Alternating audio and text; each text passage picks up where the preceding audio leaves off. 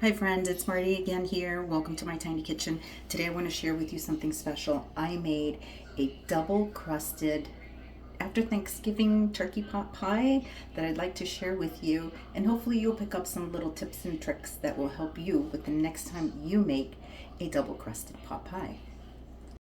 So I've already measured out here the ingredients that I'm going to be needing. I'm going to read them off to you in both metric and volume. So here I have 2.5 cups all-purpose flour, which is 310 grams of AP. I have here also 1 teaspoon of salt, which is 7 grams, 1 teaspoon of sugar, which is 4 grams, 1 cup of unsalted cubed butter, and it has to be very cold, which is the equivalent of 2 sticks of butter or 227 grams. And I also have my favorite ingredient, which is 58 grams, believe it or not, you can weigh this in grams, of very, very ice cold vodka, which is a 1/4 cup if you can't weigh it out in grams. And I also have 1/4 cup, which is 59 grams of very, very ice cold water. So what I'm going to do is I'm going to put these back in my fridge because I need these to be ultra cold, and then I can start mixing everything. So I'm going to place the salt and the sugar in here. And the reason you want to work with very, very cold vodka and very, very cold water is because it helps prevent the gluten formation in your dough. That's my understanding.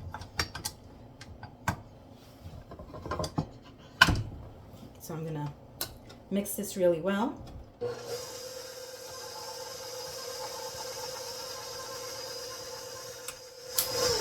And now I'm going to add the butter, which is nice and cold.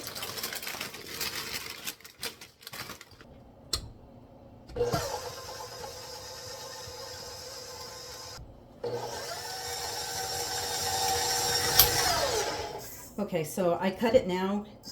I hope you can see that some of these pieces are definitely a little bit bigger than others. You don't want it to be all pea meal size. You want some pieces to be a little bit more visible. So now I'm going to add the vodka and the water. And one of the reasons that I really love using the mixer is that it comes together nicely without overcutting the butter, like it could happen sometimes with your food processor. Sorry, the kitty cat is kind of meowing right now. So in that goes. I'm going to mix that up a little bit.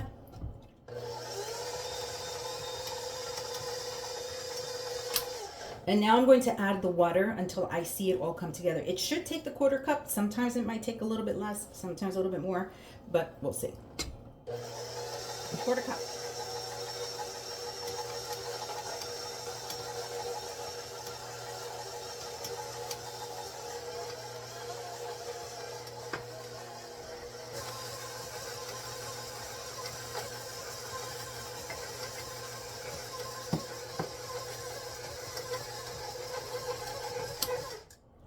There we go. And it took exactly 1/4 cup of water, 1/4 cup of the vodka. Look how nicely she came out. Now, while this was blending, I went ahead and I cut 2 pieces of cling wrap so that I can cut it in 2, the bottom crust and the top crust, and I can put it in the fridge.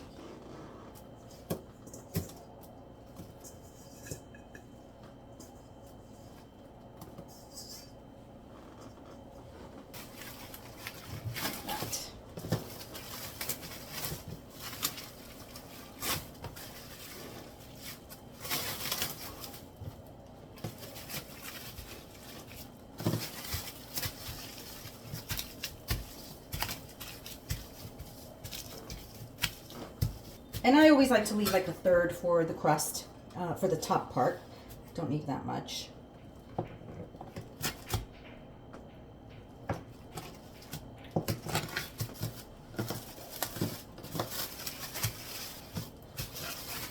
Okay, so I'm going to put these in the fridge. I have another one that I had made yesterday because this is my baking season, so I'll be bringing that one out. But yeah, just let these rest in the refrigerator for at least an hour, up to 24 hours. If not, you can go ahead and freeze them. But if you freeze them, make sure that you take them out the night before, defrosted in your refrigerator overnight, not on your counter, because you lose the integrity of the dough.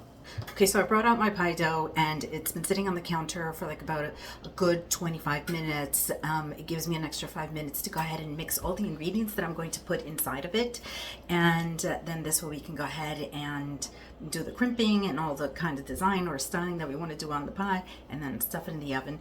Right now I have my oven preheating at 425. I like it to be ripping hot when the pie goes in there, because I want to give that bottom crust an opportunity to like set as quickly as possible. So I'll do that for like about a good 20 minutes and sometimes 25 minutes, depending how it looks like it's cooking on the top crust. And then I will bring down the temperature down to 375 and let it cook for as long as it needs until I can see that everything is nicely brown. Sometimes it can be 35 minutes, sometimes it can be even longer. I've had it take even an hour, depending on how cold the ingredients are that are going into the actual pie. If you just brought them out from the fridge, it could be colder, and so it's going to take longer to bake. So you know, start looking at it like around the 30-35 mark. But let me show you what I have, what I'm going to be using. I have here cubed leftover Thanksgiving turkey, and it's a combination of white meat and dark meat. That's about 3 cups that I have in here because I like a lot of meat in there. I also have 1.5 cups, almost 2 cups packed of my leftover dressing, or if you used it for stuffing, that's fine too. I added a little bit more extra sage because I love a lot of sage in my pie, if it's a turkey pie. And I'm also going to be adding a little bit of leftover butternut squash that I had. That's like about a cup that I have there. Believe it or not, I'm going to be adding my cranberry relish that I made. This is a homemade cranberry relish. It only takes 5 minutes to make. I can do that for you guys later. But I do like to put it in here. It gives it a beautiful flavor. And again, if I'm going to be making a leftover Thanksgiving pot pie, I want every bite to taste like my Thanksgiving dinner in a bite. So I'm going to be adding that in. That's like about a 1/4 cup. And I have a cup of gravy. This is a nice thick gravy. It's from the refrigerator, so it's still quite thick. So I'm going to blend all of these things together. I'm going to bring this just so I can mix everything together, make it easier. And there goes the dressing. Before I add all the other ingredients, I like to give this an opportunity to mix really well.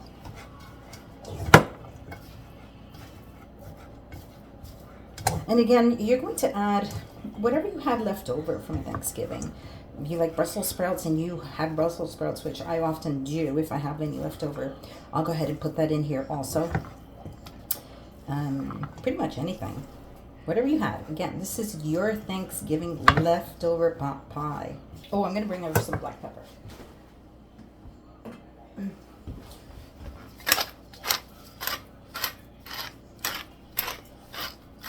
I'm going to add in my butternut squash, my cranberry sauce. You know what? If you don't like cranberry relish, or if you don't like cranberry sauce, don't do it. You don't have to do that. Oh, I got a little bit of cinnamon stick in here. And my gravy.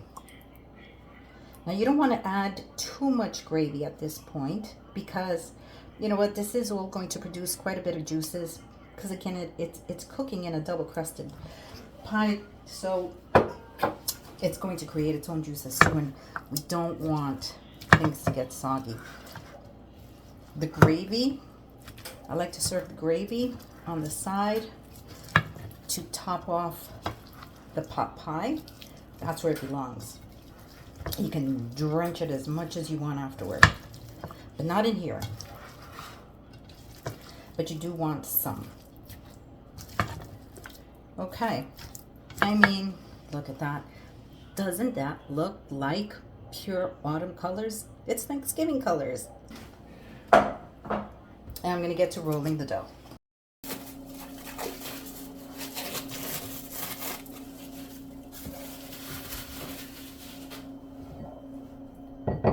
going to give it a little like dusting of flour.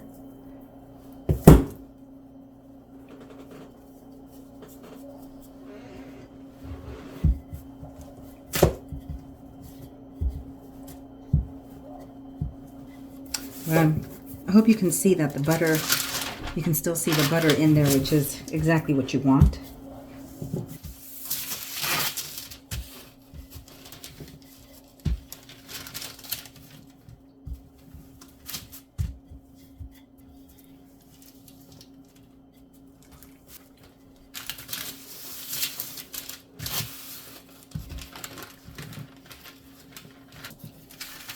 Okay, it's looking pretty good.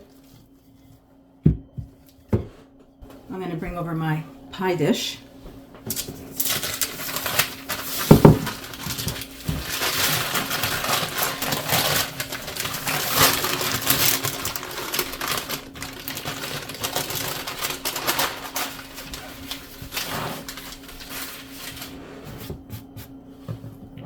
And then just gently put it in here. You don't want to stretch it, because that's when you risk that the dough will, the pie crust will shrink on you if you stretch it in here while you're forming it.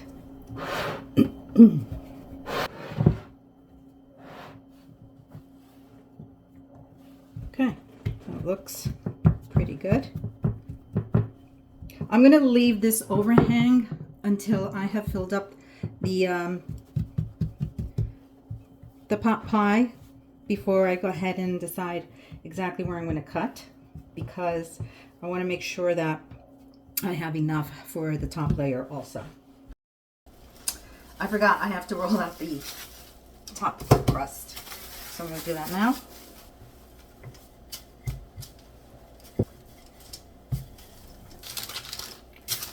Okay, so this is ready. I'm going to set this aside so that I can go ahead and bring the bottom part over.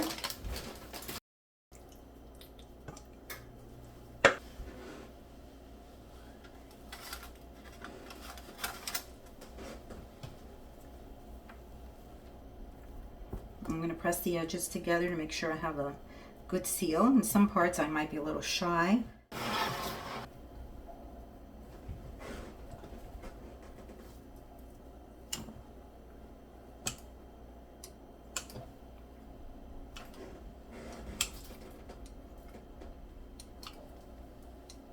These little pieces I'm going to make little leaves out of to put on top.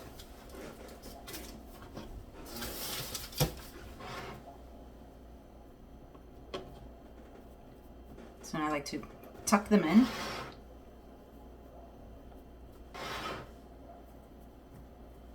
Little crimping, just, you know, go like this, put your other finger in there. And I like to follow the design of the actual casserole as much as possible. Okay. Now what I'm going to do is I'm just going to cut a few little things that look like leaves, just because it is fall.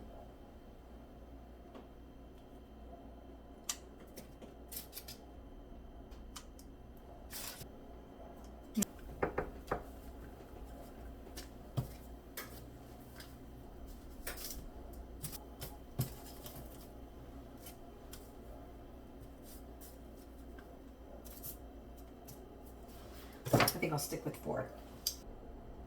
Now some people like to put milk or water in their egg wash.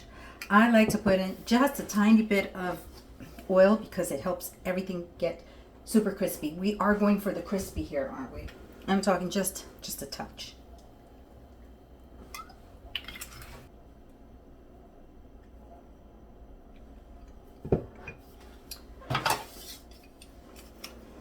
Give it some vent holes. I'm not very super fancy about this. I just go ahead and give it a cut like this. Another cut like that. And we're good to go.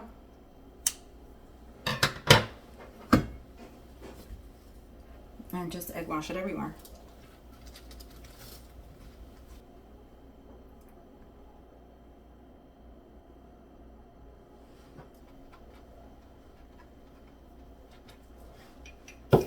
salt on top, a little bit of black pepper. I love it. I think it looks pretty.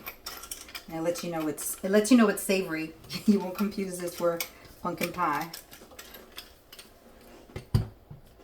There you go. There you have it. She's ready for the oven. Okay, there she is. She's gorgeous. You can't see it really well, but I can't really tilt it right now. But in any case, we're going to wait to cut into it. I'm going to give it like about a good 45 minutes. You can even wait an hour because it has been in the oven for a long time. It's going to take some time to rest. So, see you in a bit. Well, the time has come to cut into our turkey pot pie. It's been resting for an hour, and so let's cut into it and have a taste test and see how well this turned out.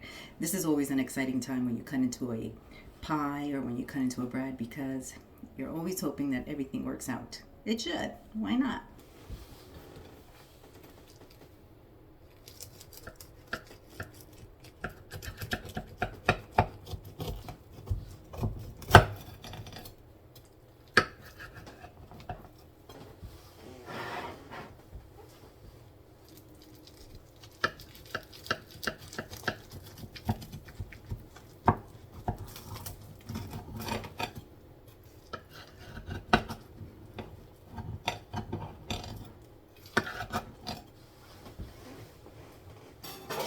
First piece is always the scariest, always the hardest, but we're just going to go for it.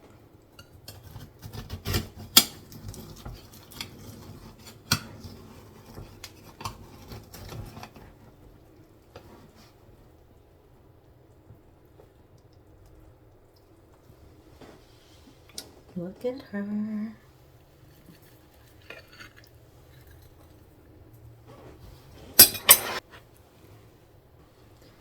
Can you see that? The bottom crust cooked up very, very nicely. She's still hot. She's beautiful. Now, where does the majority of the gravy belong? Now, at this point, when you're ready to serve your pie, everybody gets a drizzle of gravy and maybe some of the cranberry sauce too. That's how I like it. So, let me show you this. Here's our pot pie. I'm going to drench it with some gravy.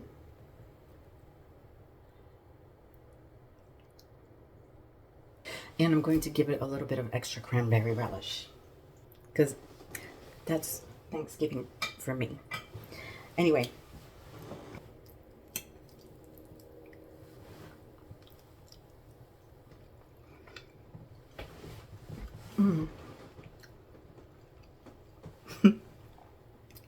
We love Thanksgiving dinner. We really do. But I think our family's favorite part is waiting to make the turkey pot pie afterwards. It's just amazing. Okay, let's go for the crust. Let's just break into it.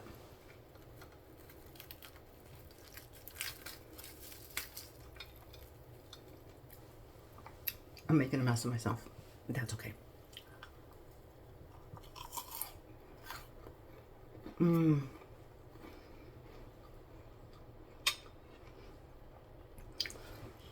So flaky and so very tender, but really, you need to try the recipe. You won't go wrong by using a little bit of that vodka in there. It makes a very, very big difference. Letting the pot pie rest for at least a good hour before you cut into it is going to ensure that your pot pie looks beautiful on your plate and that it's not going to break apart. You don't taste the vodka, it evaporates, and that's one of the beauties of it, because vodka does evaporate much quicker than water. It helps you create those layers that you're looking for. Come on, look at it. Don't you want some? I also wanted to show you what the pie looks like once you've cut into it. Look, you don't get a big runny mess. You get a beautiful bottom crust, beautiful top crispy crust. And you can easily cut these now so that you can go ahead and freeze them individually. And next time that you're ready to warm them up, you can just pull it out of the freezer and be assured that it's not going to run all over the place and be a big soupy mess. So a few takeaways to help you make the best out of your double crusted pot pies. and ensure that you don't get a soggy crust, soggy bottom crust. Just make sure that you start off with a ripping hot oven. I started mine at 425 and I let it bake for the first 20 minutes at 425. Then I dropped it down to 400 for another 20 minutes. I know earlier in the video I said I dropped it right down to 375, but I didn't. It was after that, then I dropped it down to 375 and it baked for another 50 minutes. So I start 425 for 20 minutes, 400 for another 20, 375 for another 50 minutes. And because of that, the other thing, you have to let your pot pies rest for a good long time. I let mine rest for an hour. You can't expect to bring it out of the oven after it's been baking for so long and be set and cut into it within 15 minutes or 30 minutes. It's not going to work. It's just going to run all over the place. So be patient and do let them rest for a good long time. You will have hot gravy with it, I hope. And the hot gravy is where you're going to want to have it nice and warm so you can drizzle it, drench it all over the place. And you'll find that it's going to be really nice for you. Another thing is, don't put in too much liquid into your filling, or don't put in too much gravy, or make sure that it's nice and thick. Because again, too much liquid, too much gravy is going to make your bottom crust soggy. And lots of herbs. I only used about a cup of a very thick gravy, and that's all you want. You can even cut that back a little bit more too if you'd like. And the other thing too is give the vodka a chance. You're going to find that it's a great all-purpose pie dough for sweet pies, for savory pies, whether they have a crust or not, lattice, whatever it may be. I think you're going to really enjoy doing that. And don't forget, another thing to help elevate your pot pies in a different way is using fresh herbs. Fresh herbs go a really long way. Don't be afraid to add them in there. It's what's going to amp up the flavor. I had a lot of herbs. I mean, a lot of herbs in my gravy, in the turkey, and also in the dressing. Lots of parsley, lots and lots of sage, in a little bit of time. So whatever combination of herbs it is that you enjoy, go ahead and you add a bit more into your actual pot pie before you go ahead and bake it. I think you'll enjoy it. Okay friends, I really had a lot of fun sharing this recipe with you, and I do hope that you get to try it. I hope that you learned something from it, and let me know how this turns out for you. I hope you all have a wonderful Thanksgiving that's coming up for most of our American friends, or for any chicken pot pie that you may want to make in the future.